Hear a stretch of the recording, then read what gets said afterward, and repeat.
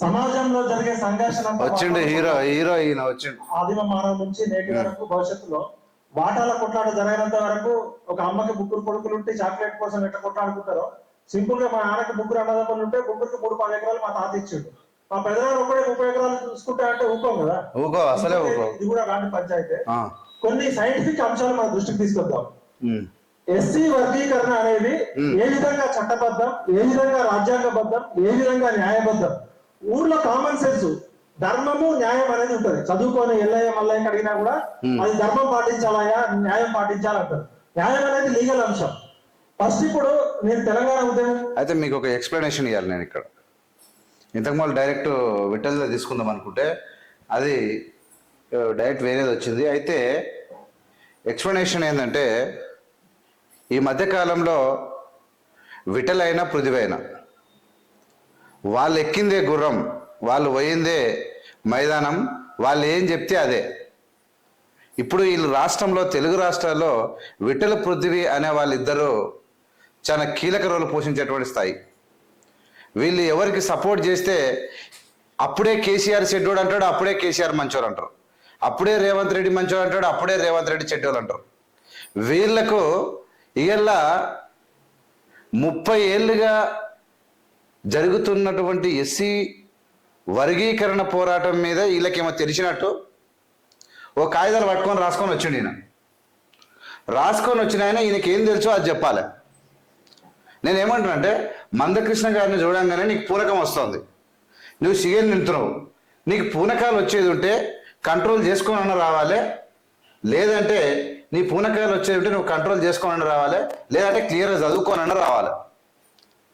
అది ఏది కాకుండా వచ్చి నీ ఇష్టం వచ్చినట్టు ఒక వర్గం పైన దాడులు చేయడం అనేది విఠల్ ఏమనుకుంటున్నానంటే నేనేమన్నంటే I know very well not only me but also throughout the Telangana people knew about your knowledge, we respect you.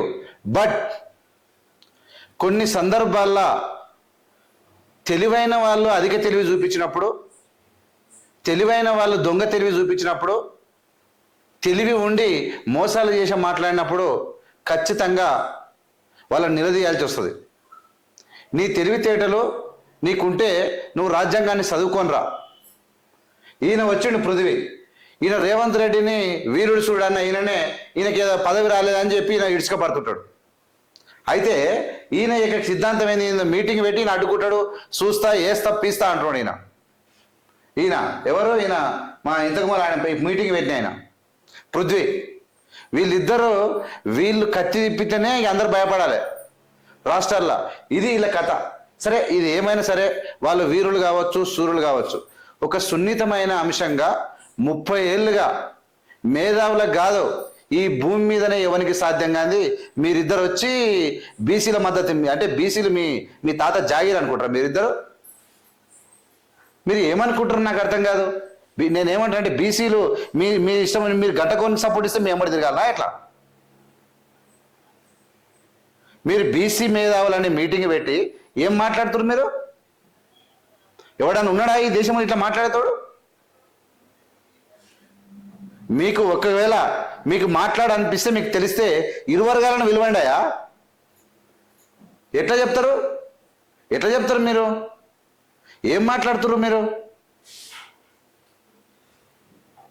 మీకు మాట్లాడాలనిపిస్తే, మీకు చర్చలు చేయాలనిపిస్తే, మీకు వివరణ ఇవ్వాలనిపిస్తే ఏంది మీరు ఒక జాతి మీద పగబట్టడం ఏంది?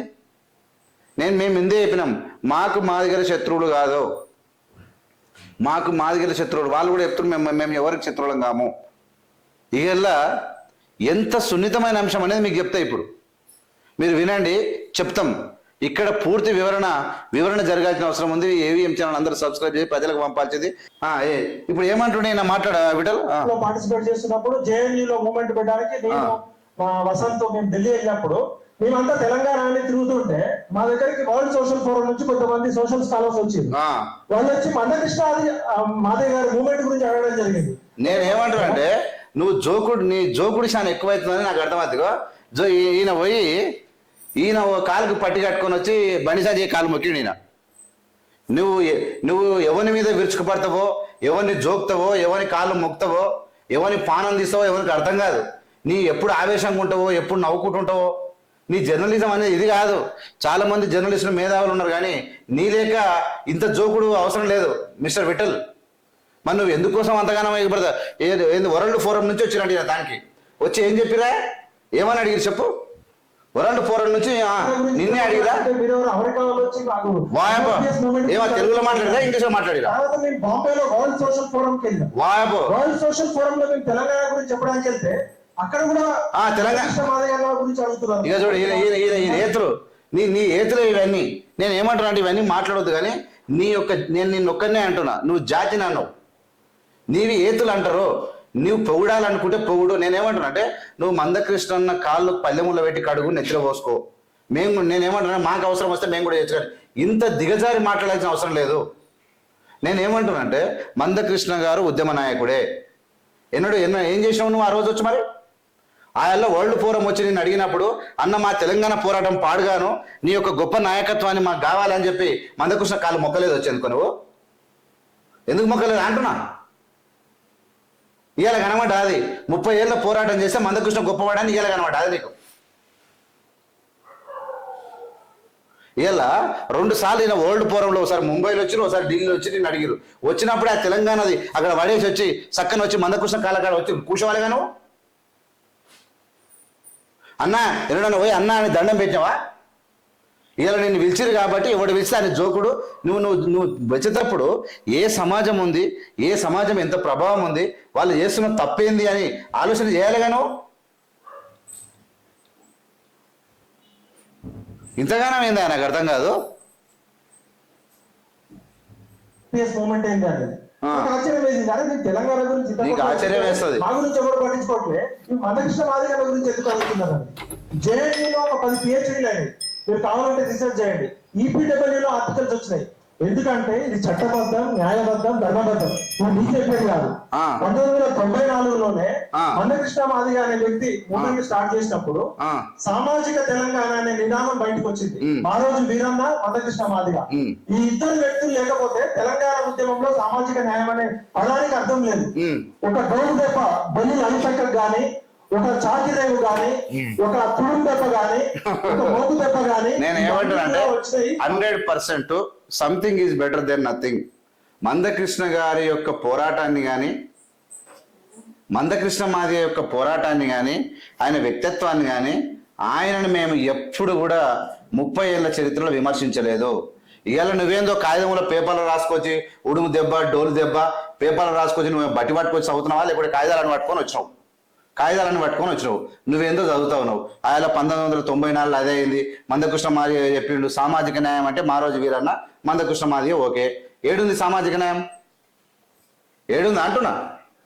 సామాజిక న్యాయం ఏడుంటుందని అడుగుతావునా?